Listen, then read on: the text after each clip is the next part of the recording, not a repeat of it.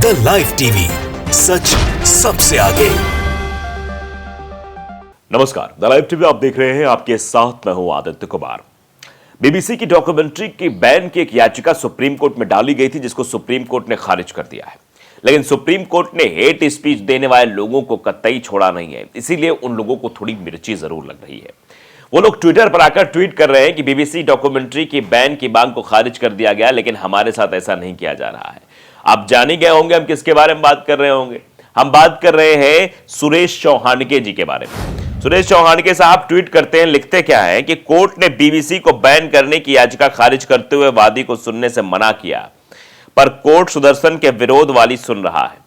यानी कह रहे हैं कि सुदर्शन चैनल के बारे में जो विरोध वाली बातें सुप्रीम कोर्ट में कही गई है, याचिका दायर की गई, जनहित याचिका दायर की गई है, उसको सुप्रीम कोर्ट सुन रहा है। लेकिन सुप्रीम कोर्ट ये बीबीसी की डॉक्यूमेंट्री के बैन की जो मांग थी, इसको मान लिया है, मतलब इसको मना कर दिया है। अब आप समझिए, ये दरअसल मिर्ची इसलिए है क्योंकि लगातार सुदर्शन न्यूज में जिस तरीके की खबरें दिखाई जा रही थी, जिस तरीके से वहां पर वैमनस्यता फैलाई जा रही थी, ऐसा जनहित याचिका में कहा गया था, वो याचिका सुप्रीम कोर्ट में दायर की गई थी। सुप्रीम कोर्ट ने कहा कि इस तरीके की हरकत नहीं होनी चाहिए, इस पर संज्ञान लेना चाहिए, सीआरपीसी की धाराएं वो करनी चाहिए, सब कुछ करना चाहिए। उसके बाद से लेकर अब हालत खराब है कि आखिरकार क्या करें कि सुप्रीम कोर्ट तो भैया इनकी नहीं सुन रहा है। अब गलत के साथ थोड़ी ना कोर्ट चला जाएगा। अब आप गलत करोगे, आप नफरत फैलाओगे और उसके बाद जनहित याचिका लगेगी तो उस पर तो सुनवाई कोर्ट करेगा। लेकिन इस तरीके से सुनवाई करवा के, इस तरीके से ये चीजें ट्वीट करके क्या दर्शाना चाह रहे हैं, ये भी आप समझ लीजिए। अब जरा चलिए आपको खबर पहले दिखाते हैं किस तरीके से बीबीसी की जो डॉक्यूमेंट्री है, जो द इंडिया मोदी कन्वेंशन जो डॉक्यूमेंट्री है, उस पर किस तरीके से सुप्रीम कोर्ट ने सीधे तौर पर कह दिया था कि भैया ये जो है बैन होगी, मतलब बैन नहीं होगी। बैन की मांग को सुप्रीम कोर्ट ने खारिज कर दिया था। देखिए, आज तक ने भी हेडिंग छापी है कि बीबीसी की विवादित डॉक्यूमेंट्री पर बैन की मांग वाली याचिका सुप्रीम कोर्ट ने खारिज की। बीबीसी की विवादित डॉक्यूमेंट्री पर प्रतिबंध लगाने वाली याचिका सुप्रीम कोर्ट ने खारिज कर दी है। सुप्रीम कोर्ट ने कहा कि आप इस तरह की राहत कैसे मांग सकते हैं? क्या कोर्ट डॉक्यूमेंट्री पर रोक लगा सकता है? इसी तौर पर कहा कोर्ट डॉक्यूमेंट्री पर रोक नहीं लगा सकता। कोर्ट की तरफ सवाल पूछा गया।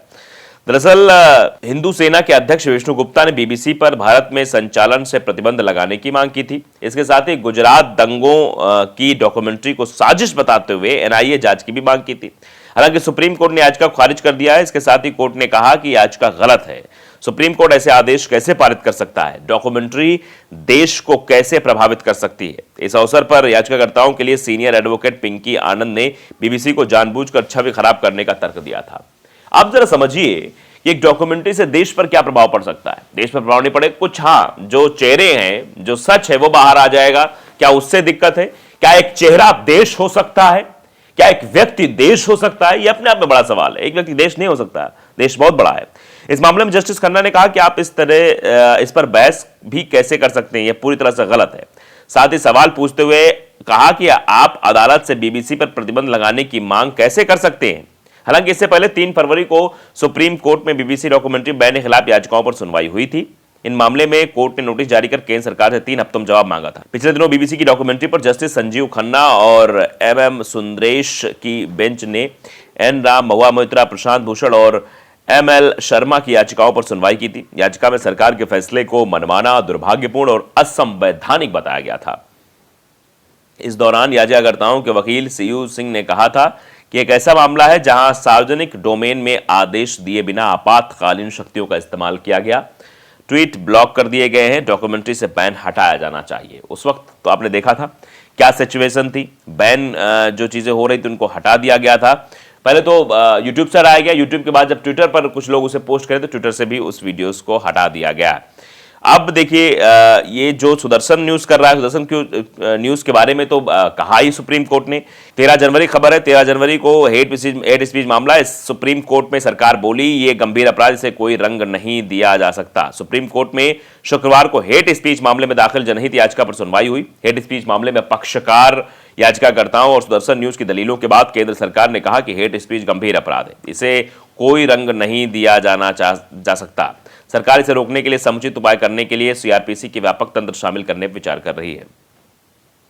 तो समझिए, सुप्रीम कोर्ट लगातार जो है इन लोगों को झटके दे रहा है, इसीलिए ये लोग सुप्रीम कोर्ट के बारे में टिप्पणियां कर रहे हैं। सुप्रीम कोर्ट में जब ये मामला हुआ, क्योंकि इस दौरान पहले निजाम पासा ने कहा कि हरिद्वार में भी वही हेट स्पीच वक्ता थे जो पहले भी ऐसे अपराध कर चुके हैं। पासा ने एक निजी न्यूज चैनल का जिक्र भी किया, इसमें मुसलमानों और ईसाइयों के खिलाफ चैनल पर चलाए जा रहे अभियानों के बारे में बताया गया। हेट स्पीच मामले में पक्षकार याचिकाकर्ताओं सुदर्शन न्यूज की दलीलों के बाद केंद्र सरकार ने कहा कि हेट स्पीच गंभीर अपराध है, इसे कोई रंग नहीं दिया जा सकता है। सीआरपीसी के व्यापक तंत्र शामिल करने विचार है। सरकार इसे रोकने और समुचित उपाय करने के लिए सीआरपीसी में व्यापक तंत्र शामिल करने पर विचार कर रही है।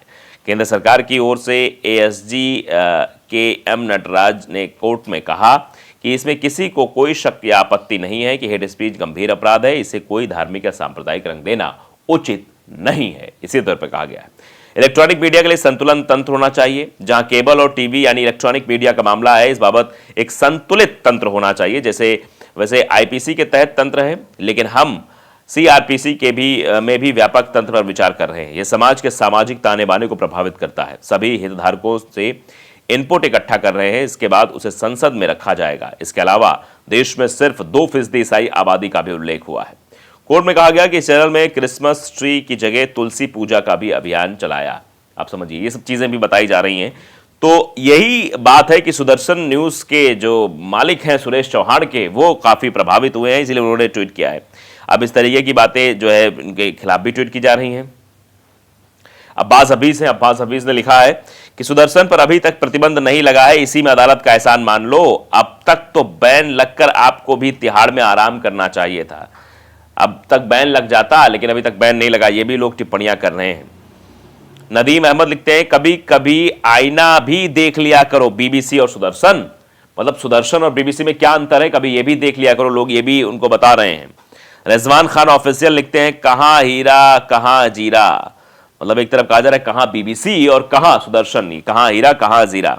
सूरज है, सूरज इस पर रिएक्ट करते हैं। सूरज लिखते हैं कि भाई सुदर्शन बैन होगा या नहीं, लेकिन तू तिहाड़ जेल से बचने के लिए एंटीसेप्टिक बेल जरूर ले लेना, आगे जीवन वहीं कटेगा। निराला चंदन लिखते हैं कि बीबीसी सच्चाई बता रहा था और तुम देश में जहर घोल रहे थे, इसलिए बीबीसी को बैन करने के खिलाफ याचिका को खारिज कर दिया कोर्ट ने और तुम्हारी वाली याचिका सुन रहे हैं। ये लोग बता रहे हैं उनको। मोहम्मद तनवीर ने लिखा क्या हुआ, डर लग लेला है कि भीड़ में हर कोई शेर होता है। इतने ही बड़े क्रांतिकारी हो तो जाओ कोर्ट में लड़ो। तुम गोडसे व सावरकर के वंशज हो, कल अंग्रेजों से डरते थे, अब कोर्ट से हम टीपू सुल्तान के वंशज हैं, कल गोरों से लड़े थे, आज उनके गुलामों से लड़ रहे हैं। इस तरीके की टिप्पणियां भी लोगों द्वारा की जा रही हैं। तो लोगों को समझ में आ रहा है किस तरीके से जो है ये पत्रकारिता हो रही है और किस तरीके से अब ये डर का भाव है। सुप्रीम कोर्ट में जो बीबीसी पे एक डॉक्यूमेंट्री बनी थी, उसको बैन की बात कही जा रही थी, बीबीसी को बैन कर दिया जाए, लेकिन फिलहाल सुप्रीम कोर्ट ने ऐसा करने से मना कर दिया। लेकिन हाँ, हेट स्पीच वाले मामले में सुनवाई जरूर हो रही है, इसीलिए शायद ये दर्द है कि हमारे खिलाफ ये हो रहा है और उनके खिलाफ ये नहीं हो रहा है। लेकिन सवाल बहुत बड़ा है कि जो जैसा करेगा वैसा भरेगा। द लाइव टीवी को अगर आपने सब्सक्राइब नहीं किया है, सब्सक्राइब जरूर करिए, बेल आइकन दबाइए ताकि सच खबर आप तक पहुंचती रहे। नमस्कार।